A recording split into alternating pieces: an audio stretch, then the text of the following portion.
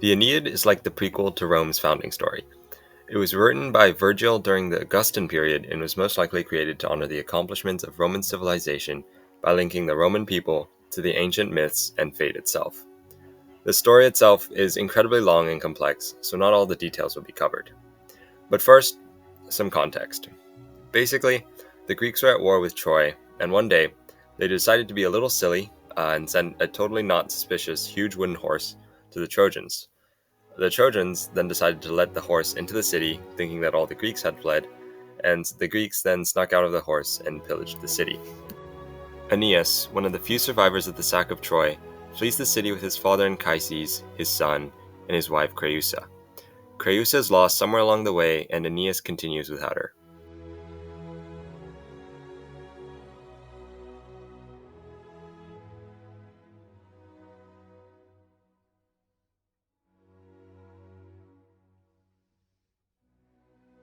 The story of the Aeneid actually begins in the middle of the action, as Aeneas is trying to fulfill a prophecy given to him, which was to sow the seeds for his Roman descendants. The goddess Juno, who previously received a prophecy that Aeneas' descendants would destroy her beloved city of Carthage, then bribes Ōrīs, the king of the winds, to create a storm on the sea to try to wreck Aeneas' fleet. Neptune, the god of the seas, wasn't so happy about this, so he tells the winds to shoo, not very nicely, and calms the seas.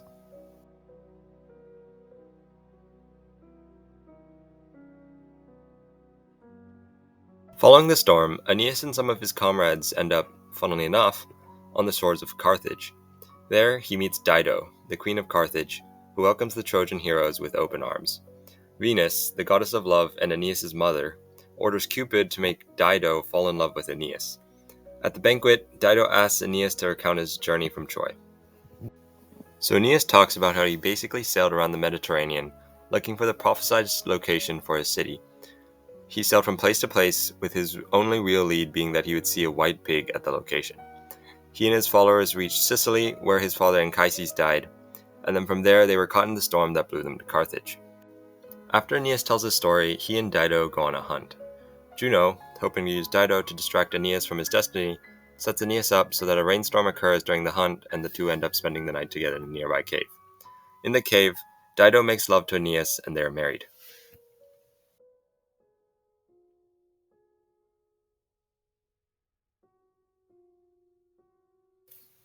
After Aeneas and Dido have their time in the cave, the goddess of rumors spilled the gossip to one of Dido's suitors, King Iarbas. Mr. Iarbas was not very happy with the situation, so he complained to Jupiter about it. Jupiter then sends Mercury to deliver a message to Aeneas. Your destiny lies elsewhere, not here in Carthage. Dido is not very happy that Aeneas is leaving, and the couple get into an argument. Dido is then very unfortunately hit with a series of nightmares, and her anguish keeps her awake for the next few nights. Aeneas, warned of the danger by Mercury, finally sets sail with his crew, and Dido is abandoned in Carthage. Dido gathers up all the stuff he left behind, sets it on fire, and kills herself with Aeneas' sword. She uses her last breaths to curse Aeneas and his descendants. This was actually a foreshadowing of the Punic Wars, which were a series of real wars between the Romans, who are Aeneas' descendants, and Carthage, Dido's city. Here's a Roman mosaic from modern-day Britain that depicts the story of Dido and Aeneas. You can see Aeneas sailing to Carthage, Aeneas meeting Dido with his mother and son, the hunt, and Aeneas and Dido embracing. The scene in the middle probably depicts Dido left alone after Aeneas' departure, with the little figures next to her holding torches, possibly symbolizing the burning of Aeneas' goods.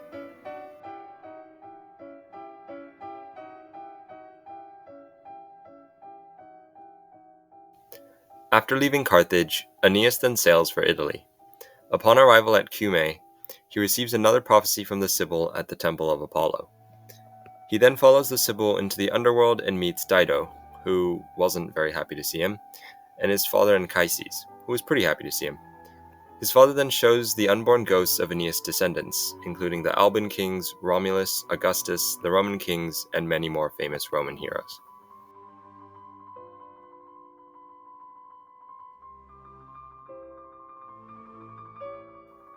After returning from the underworld, Aeneas and his crew sail north into Latium. Latium was ruled by a king called Latinus, who had a daughter named Lavinia. Lavinia at the moment was betrothed to a guy called Turnus, but her family had received a prophecy that destined her to marry a foreigner. Latinus, realizing that Aeneas was the foreigner in the prophecy, was elated and offered the Trojans an alliance. Juno, seeing that the prophecy, the one where her city of Carthage would be destroyed by Aeneas' descendants, is slowly coming true, is very pissed. She then orders Alecto, one of the Furies, to basically make all the Latins mad at the Trojans and go to war with them. Oh, yeah, and Alecto throws a bunch of snakes at Turnus' face to make him go to war. So then the Trojans and the Latins go to war. The fighting gets really messy and some of the gods get involved, but in the end, the Latins are driven in flight and are put under siege. Turnus then decides that he will duel Aeneas, and Aeneas accepts. But Juno, knowing that Turnus will probably die, and being the sore loser that she is, orders the goddess Juturna to do a little bit of trolling. Juturna does everything she can to cause chaos and turn the duel into a chaotic brawl, but she fails after the Trojans did a 200 IQ move and entered the Latin capital. Juturna even causes Aeneas to take an arrow wound to his leg, which is healed promptly by Venus. Turnus then insists that he must duel Aeneas. He tells the Latins to stop fighting and the duel is set. Jupiter forces Juno not to interfere during the fight, and Aeneas wounds Turnus in the thigh. While Turnus is on the ground begging for mercy, Aeneas breaks from his usually merciful character and kills Turnus in a fit of rage, ending the Aeneid. So yeah, that's the story of the Aeneid, and thank you all for your time.